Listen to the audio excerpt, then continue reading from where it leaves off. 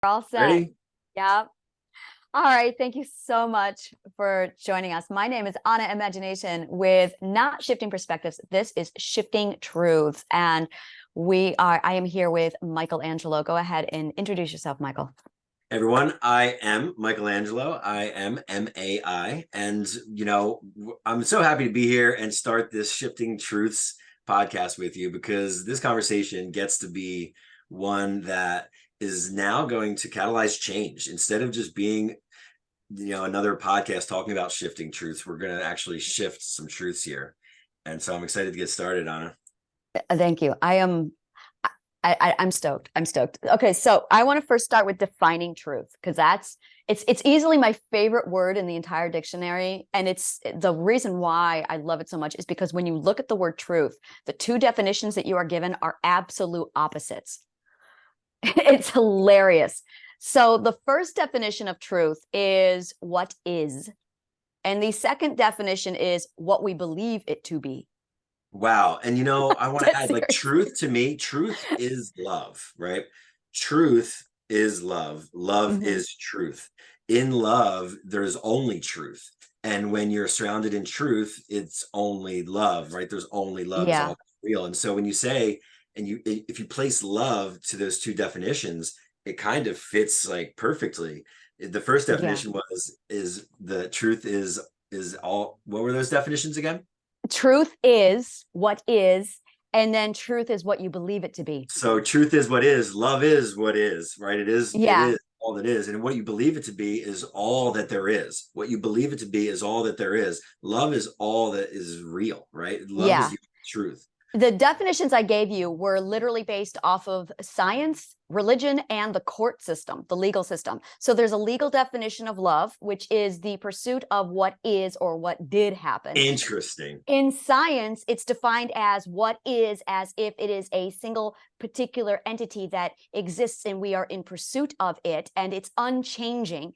In religion, it's defined as what we believe it to be. Now, in philosophy, this is my realm. In philosophy, truth is an unknown, and we are in pursuit of the ultimate truth. What is it?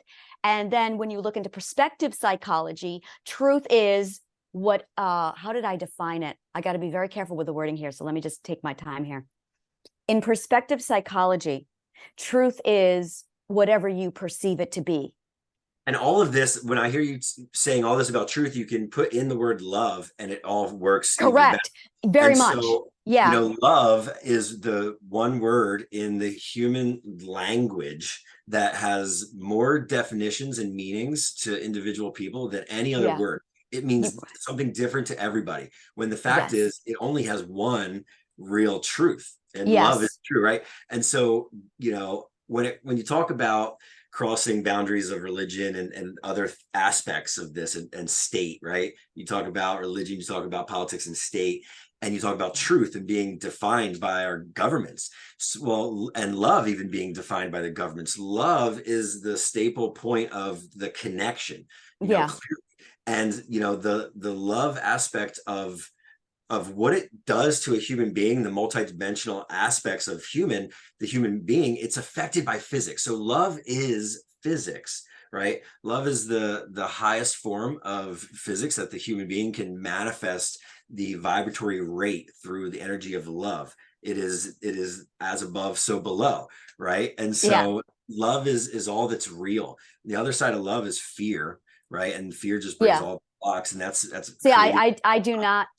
I disagree on that. I don't view it as the other side. I view it as almost the enemy of, or the polar opposite, because fear comes from the subconscious mind. Right. Fear comes from the subconscious mind, whereas love comes from your intuition, your identity, and your internal working system. So they actually work in parallel, and they cannot exist at the same time. You cannot feel there's that power struggle going on. The multidimensional aspect, they cannot exist at the same time in your purview of a human being, but they are always existing at the exact same time. They actually do not exist without the other. The energy that brings love vibration is so high, it has to be met with what you could say in linear terms, like a lower vibration that is equally as low as the love is high. And so your purview will be, well, there's only one at a time. It's push, pull. And it seems to happen one at a time. So yeah, But in reality, humans. it's a circle, and it's the push-pull is happening all at once, but only one is in our purview and the other is outside of the purview of consciousness. I do a thing with emotions where everything is on a spectrum. The concept and how we've been taught emotions are is absolutely illogical and inconsistent with what we're experiencing. There's the psychological, traditional psychology view of what emotions are, and it does not make sense. There is so much about it that is so illogical. Well, So and what I do, it makes half sense. It doesn't explain well, the whole picture. I had to throw it out completely to even make sense of it because it didn't make sense. So what I do is for me, it's emotions are on a spectrum. And one of my favorite examples is self-importance and humility. And there's that spectrum. So you have humility, which is a absolutely completely void of self-importance, and you have self-value, self-importance, and that's completely void of humility. But when the two of them combine, they pull on each other in this very much a magnetic hold, so that humility pulls on self-value and keeps it in check. At the same time, self-value pulls on humility and keeps that in check. So when they are balanced, it's like there's a magnetic push-pull where they're both keeping each other in this neutral zone. And that is where healthy balance exists. So that This is whenever really we have, interesting yeah, because, this is, and I have it all written out as far as emotional because the way, responses to each other.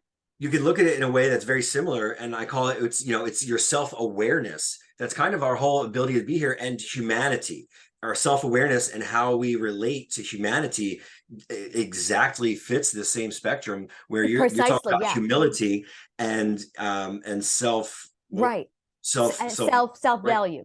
Right. And self-value, right, which is like yes. self-righteousness, the value of a human being. Yeah. And it's all the same. It's yes and yes. And so when you look at self-awareness being the path to enlightenment, and as you enlighten as a human being, you connect to the source of all things. We're sitting here in a universal field of consciousness connected to everything around us, and our bridge to that connection is in self-awareness. The more we're self-aware of our integration to humanity as a collective consciousness here on this planet, ties us to the source of all things. It holds us, like you're saying, in balance, in pursuit of enlightenment, or a path to enlightenment. Yes. And that's rising your divine aspects of your masculine and femininity, or the masculine and the feminine energy, to balance Yeah. oneself. Yeah, I am huge against the masculine, feminine terminology, the concepts. Oh, I introduced something called nurturer and provider. And the reason why is because, especially this mindset is so, gender is really something that it's very materialistic. It's very, very, it's black and white when it's not a black and Misunderstood. white issue. Well, it's It's black and horribly white, and it yeah. should be seen as so. And that's what I like about it. Why I believe that if it is black and white, and there's masculine and feminine energy that have nothing to do with male and female, we should be able to say, hey, this has been defined. This is the only thing defined. And I get to say, I'm not talking about gender and men and women. I'm talking about the masculine energies, which are defined as how it's written in the textbook. I don't want to rewrite it. I want to keep it the same way, and have the courage to say, listen, guys, it has a definition for a reason. And this is why gender gets to be not the entire picture. It's not about men and women. It's about an energy of wholeness in oneself. And so the term masculine has nothing to do with men, right? It has nothing to do with your gender. It has to do with an energy that was equated at, you can say it's a plus or a minus, right? You could say masculine is plus, or you could say feminine is minus in this situation, or you could say the masculine is minus and the feminine is plus. It's push-pull. They're exact opposites that come together to create one, right? How the man and the woman come to create a child. You have masculine and feminine energy to come together to create one whole picture. And we get to talk about every definition comes back that masculine is related to male, men, or boys. Feminine that's the is problem, related to, because yeah, that is the problem. What it's I've been using, overdrawn with this false narrative of just one side. We get to talk about the other side that clearly exists. I'm looking up the etymology now because I'm wondering who, when, what time period came up with it. Masculine, Masculus comes from Latin masculus, so it's Latin for the word man. That's where it see comes again, from.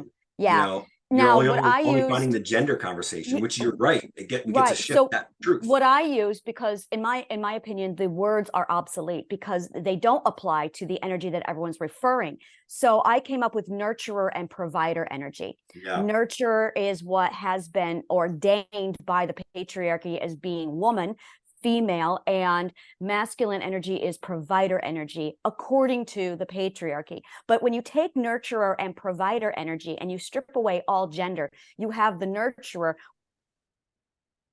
which You're starting to break up a little there, Anna. I'm not sure if it's your connection or if it's on my end, but you're completely the froze out. resources So to you provide that. we lost you for the past 45 seconds, the connection, and it looks like it was my connection. Sorry, was It's okay. unstable. Can you repeat those last few sentences? Yeah, absolutely. So in my theory, I have basically nurturer and provider energy, and it's to replace the concept of masculine, feminine because they are so gender heavy. So with provider and nurturer, it basically takes self-comfort, the first two ethics, self-comfort and resourcefulness. Resourcefulness is the provider energy, and self-comfort is the nurturer energy. And again, keep in mind, strip all gender out of these concepts. Yeah. Everyone has nurturer and provider energy inside of them. And so for some people, it's going to be a higher ratio or a lower ratio. For instance, I am a 90% provider and 10% nurturer. And that's just me. I have no self-comfort. I have no nurturer. You're heavy in your masculine energy. And, I want to make a point here because there is a definition that gets to be understood that detaches gender. And it has been written in our literature from day one. There are a word can be seen as a masculine version of a word, a feminine version of a word. You have But those are for all example, hold patriarchy on, saturated. no, Yes. they've been misinterpreted. Let me just land it. So in the beginning, you have numerology and numbers. Numbers were then created into letters, and we created an alphabet. Then we created different languages, and those languages found different endings. Sometimes it was like an A that was tied to feminine, Yeah. and sometimes it was an O that was tied to masculine. Now, right now, we're not talking about gender.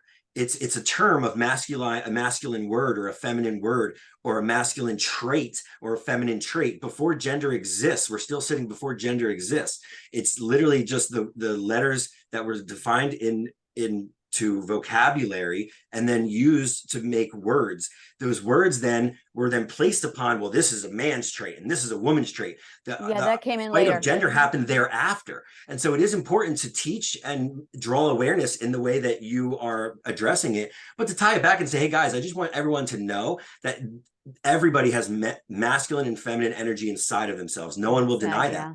That shakes my vibrational frequency so hard. Every time I hear the words feminine or masculine, it goes, nope, that's not me. Like that is such a label for me. So we see that's a trigger. It's not my vibrational truth. It's not my frequency. Because you have a nurturer, provider.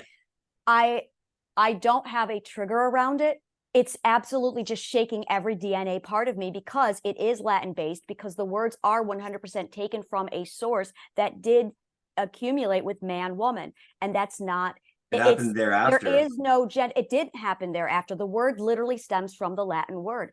And so before there was a man or a human being that existed on this planet, there was the energy that came from that trait existed prior to human beings being real on the planet. And so it is just energy. And so energetically, it gets to be okay. Now, it doesn't have to be something that is, is pressed by itself. It must be shown in one way, but then told. It gets to be normalized. The idea of a divine being, and divine that's multidimensional and has the divinity in their DNA, multidimensional DNA, says that they're going to be balanced in all traits and all characteristics. They're a true master of themselves, which means they've mastered the art of compassion and love and intimacy. They've also, and in your case, nourishment, or being in that, and they've also mastered the traits of of being able to lead and be in the power of words, the strength of your heart and courage, and provider, right? And you get to be those things before, and that was determined before human beings were even incarnated. That was before us, and that'll be after us. Those energies exist and interact with the physics in our field, and we get to perceive them. And you're deep into the perception, which is necessary. And you also have triggers around some of this stuff. You have a beautiful story. I don't have triggers around it at all. This is not a trigger. I know the difference between a trigger and not. So you'll know that there is a masculine and feminine energy.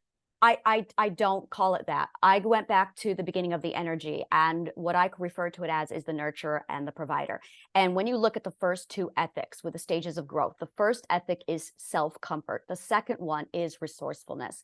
Those two energies are our core to every human being, where we have to have a balance of both of those. And it's different for every person. Everyone has the nurturer and that provider energy inside of them. The nurture is the self-comforter. The provider is the one who seeks out resourcefulness. Now, prior to the patriarchy gender wars, and I'm just going to call it that, prior to the gender wars, there was this beautiful balance where everyone required to learn these two basic traits: self-comfort, which is basically emotional management, using your emotions to soothe yourself, and resourcefulness, your ability to look within, grab your own resources and skills, and make something out of nothing. That nurturer provider, we all have a balance. For some people, it's 50-50. For some people, it's 20-80. Other people, it's 90-10. For me personally, I'm 90% provider and 10% nurturer. Now, here's the interesting is when you get somebody who steps into the role with you, a partner, the partner is almost your polar opposite. So that if I am a 90-20 provider nurturer, my partner has to be a 90-20 nurturer provider. And that balances out the energy so that together we have an equal amount of nurturer provider. It's like my strength. That's an ideal situation, and the goal would be to then level your, the balance within to work each other towards that 50-50 balance. But this is interesting, is I've noticed in my research, when I started to look at people and ask them about their partners, every single one of them aligned perfectly. Every one of them. Of it's course. like a natural attraction of. It was a natural attraction of I'm 80-90, of 80% nurturer and 90. It's not going to work any other way, and so it has to be that way. Natural, and it's one of the attraction things that bring us together is this nurturer provider energy. And then we have the responsibility to then, once we're together, that relationship can go any of two ways. And so let's say it comes together 80-20, 20-80, right? Let's say that's the connection. It comes together. Now that it has a decision to stay stagnant in that role, and you'll find complacency. The option two would be to not address the balance of try to get to 50-50. And what happens then is there's codependencies that then can be built, right? Now, it doesn't always create a situation that's negative. Codependency doesn't always end in negativity, but it can very often end in negative, have a negative outcome when you have codependency. The third option would be to move that 80-20 in a working relationship, that you're always looking to strive a newer high in the relationship, create a 10 out of 10 relationship with that person, which would mean to balance that scale. And so it starts to get to 70-30, and then 60-40, and then eventually 50-50 is the ultimate goal. If you have a goal set to balance each other out from that polarity, you're always equaling one whole, right? It's always going to equal one whole. It's going to happen at a rate. It's either, that 80-20 can go to 90-10 real quick. An 80-20 relationship. Not for me. No, never. Well, not for you. We're not talking personally. We're talking about no. I just these are the problems. We are always talking personally. Personal That's the perspective, problem. but a collective understanding. And approach this to heal and help people. I think that's it right there. Is everything is always personal, and we're wanting to put things into a collective category, and that's where prejudice exists. Well, we get to do both, and we get to do it correctly. We get to be singular, and we get to be connected, right? We get to shine in our singularity, but we also get to be, we're not singular at all. We're literally one with all, right? And so we get to be the same as everyone else, and lose and have no singularity, but we also get to have singularity. And so there's two sides always, and the beautiful part is we get to express both of them, right? Yeah. Now, as far as codependency, the word you're looking for is interdependent, because codependency always means that there's an emotional prosthetic at play there. Interdependence is not codependency. That is being a singular next to somebody and being single together without the required emotional prosthetic that makes it toxic or parasitic. Codependency is 100% parasitic. Yeah, and so in the constructs as I discussed, it was going into retrograde, and so it was a codependent example that I was using there, because it was claiming that it's either going to stay. The interdependence would be if it stays that and complacent in where it was. That would be interdependence. The codependency is if it starts to go into the 90-10 range and it separates itself. That's showing codependency. And then the balance is the third option that brings it together. That's showing a unity in balance of the two together as one.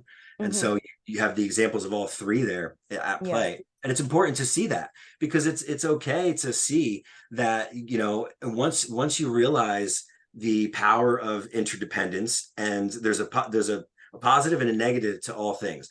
Positive aspects of the interdependence is that you can remain stable and have a beautiful relationship that stays exactly how it is, right? As far as it won't go back, it can still grow in love, and it can be a beautiful, profound relationship, interdependent of each other.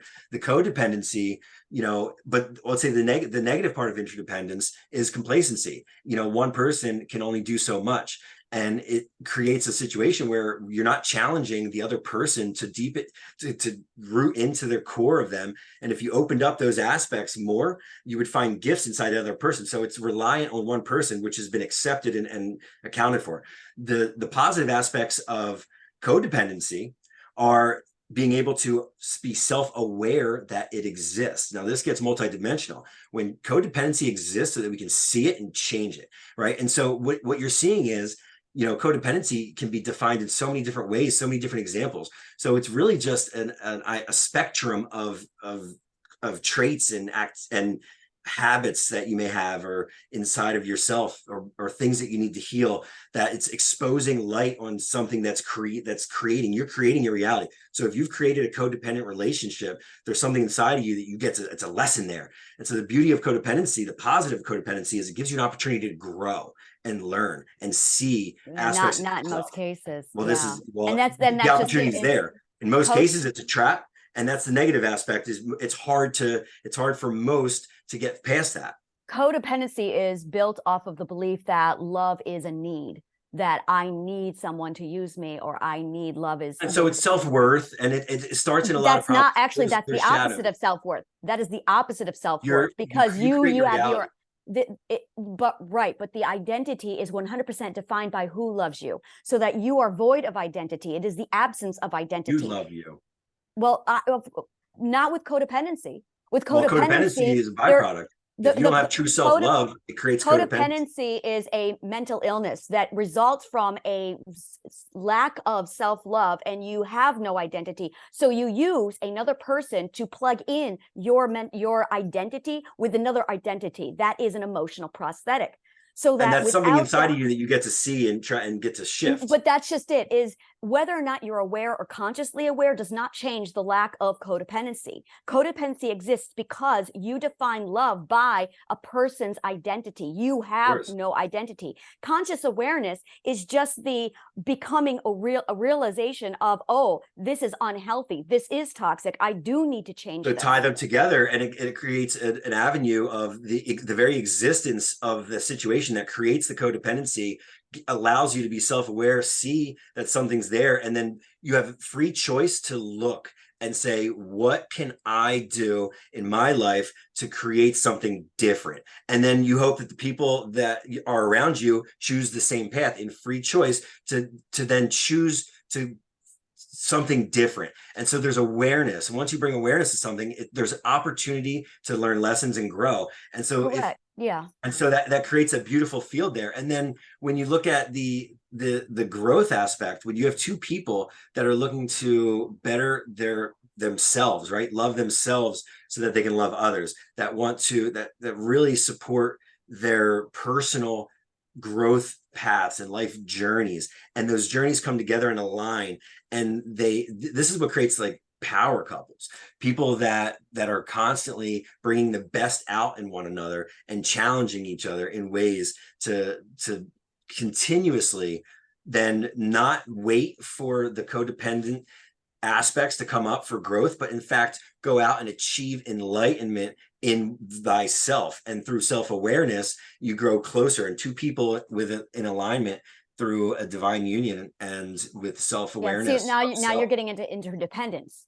And there's codependency is literally the other half of narcissism. Like Yeah, there's a problem. There are problems there. That yeah, means well, there's absolutely. You have situation. narcissism and you have codependency. And basically, going back to that spectrum, is a person who's codependent is absolutely void of self-value. A person who is a narcissist is completely void of humility. And the narcissist feeds on the enabler. The enabler feeds off of the narcissist because both of them lack the other half of this emotion, which is the codependent. Well, they're both actually codependent, but the enabler lacks self-value. They feel I have no importance without the narcissist, without the self-value. So instead of seeking self-value in themselves, they use another human being, the narcissist, to supplement the self-value that they lack, hence the codependency. Likewise, the narcissist who lacks humility feels they have no purpose unless they are using someone else, because in both cases they define love not as identity, but they identify love and purpose with using and needing another person. In the narcissist case, they need someone to use, and in the enabler's case, they require to be needed. And And both they of them, both have things to learn there. And now that's a great definition, an explanation of how narcissism works in that dynamic. But there are many other codependent relationships that don't involve a narcissist. It doesn't always have to be a narcissist they're that's in. not true. That is not true. In You know, every single case, I disagree there. it is very much, it's every single That's the case. leader. I think that would be the leader of the pack. And, you know, that would be like, I would say far left, far right versions would be the narcissist versus, you know, the victim, right? But then you know, there's in betweens. So there's codependency in situations where Correct. The in between is when you have that interdependence. Interdependence exists right between. There are spectrums, but and this is all that balance. And again, it's a shift where when you have humility and self-value balanced beautifully, you enter interdependence. Now you have somebody who defines their solid core by their identity without requiring either one, because they do not have an emotional prosthetic. They are yeah, but you can be in codependency and not have interdependence. I mean, there's that you know you can't have them. Interdependence and codependency this is a mental disorder. It is not healthy. It is well, not see, I something don't see mental required to. disorders are way after the traumas have occurred in, you know, in generations of humanity. And so, you know, I believe that if we approach the scenario from the authentic self, and so let's erase everything we just said, and let's say, hey, Anna, what's up? We are going to create, you know, Adam and Eve are going to be, you know, a man and a woman that are going to produce a beautiful human being that then gets to live on this planet Earth, and we're going to be heart-centered, and we're going to be authentic and pure of heart. All of those mental illnesses that you're discussing have never existed, and so they're not even at play. And so when we create a world of authenticity in your heart center, and it kind of erases the problems that we're talking about today. I think we're running out of time. Yeah, we have 10 minutes left. 10 minutes. Okay. So, you know, it kind of takes a different perspective. All that you're saying is correct, but we get to, you know, the approach is just slightly different, because the fact is the ego has a lot to do here. And there are codependent situations that there is not a narcissist on one end creating it. He could be a very benevolent, kind, compassionate person that just does something very well. And then you can have somebody else, let's say the female in the situation had a situation from their childhood that, you know, that makes them want to just be taken care of. Or let's say it's the fairy tale and the princess and the prince and the princess and Prince Charming. So you have Prince Charming who can create a codependent relationship in love. He's not a narcissist. He's just trying to love the hell out of this person, but that's not doing her any good, because he's babying her. He's holding her in a little veil in a case. He's putting, you know, he's trying his best to take care of it. So there are situations that occur. All I'm saying is that do not include narcissism, but create codependent situations. Now this princess, you know, is always looking for narcissists are not aggressive. Not all narcissists are aggressive. That's why there's vulnerable narcissism and grandiose narcissism. That's why there's narcissistic traits and there's narcissists. And so when you talk about being a narcissist and narcissistic people, that's one thing. When you talk about someone that has a narcissistic trait that may occur, that person's not a narcissist. And I want to be kind to people, because not everybody is a narcissist, but you can portray a narcissist trait, and it could show up somewhere in your life. Everybody has narcissist and enabler traits. Every one of us has those traits. And it's when you enter into a codependent relationship, there is a power and authority struggle where basically it's an imbalance. And again, it comes back to, are you using another person as an emotional prosthetic? And there are roles that require to be filled. So if you were being pure at heart and authentic in yourself, what would happen? If you were pure of heart and if you were being authentic, you would not require another human being, because you would have a defined self. But that's not the case. If you have somebody who's wanting and needing to help another person, by default, they are needing to help that person. A healthy, authentic person will say, I appreciate that you're going through something difficult. However, I can't help you with this. You have to figure this out for yourself. And so the beautiful part is life happens. So two people come together. They may not know what's happening. It takes one person to have that awareness to say what you just said, but they may not come to the situation aware at the time.